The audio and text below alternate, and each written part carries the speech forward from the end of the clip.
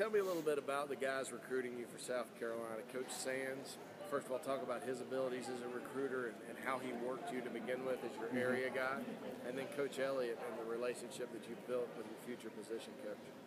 I mean, both of them, I have a great relationship with them. Constant contact with them, calling them almost every other night. I just think, I think it's good to have a good relationship with the coaches. You're going to be around them most of the time, so you definitely want to have that. Now, tell me a little bit about, you talked earlier in the interview about Florida and them being low on tackles. Mm-hmm. Talk about South Carolina's tackle situation a little bit and break that down. I mean, Coach Elliott, he said, I have a possibility of coming in, competing.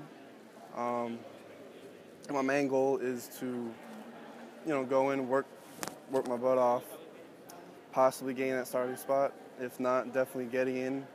But if anything happens, if I have a red shirt, I really don't have a problem with that. That just gives me more time to learn the system and get as big as I can. Now, you were a tight end early in your high school career. I guess I saw you listed 6'7", 240 as a freshman. and DN. Yeah, with the good feet. And we all kind of felt like you'd end up being an offensive tackle. Talk about, your height and weight right now, your wingspan, how your body's kind of transformed over the years. Well, I'm definitely growing into my body. I used to be probably a little twig, but, now I'm about 305, 6'7". I still keep my footwork with me, trying to keep my speed with me too. You don't want to get too big and then just become slow. Yeah. That's probably one of the most important things. Now, South Carolina this year, it wasn't a great season by any stretch, but they did beat Florida and Miami. Mm-hmm. Talk about being a Florida kid and the school you're going to, having two wins over the, quote, Big Three here in the state. I'm very happy for them. With them losing all the good players they had last year, they're still in a little development period, but, they're going to do great things, and I feel it.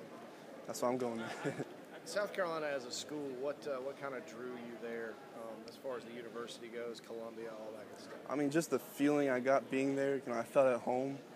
I felt right, especially with the relationship with the coaches and how I felt with Coach Elliott coaching me at the camps.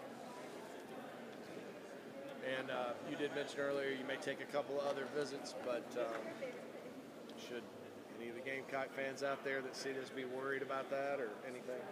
I don't think so unless something completely bad goes wrong with the recruiting class, but I don't think that'll happen. Who do you talk to in the recruiting class? Like, who are your friends?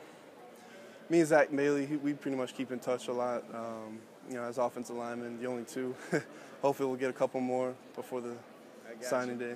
Are there any guys here that you're going to work on for South Carolina, like Arden Key, anybody like that? Actually, me and Arden, we're supposed to be rooming together, so I think that'll be good and getting to know each other a little better.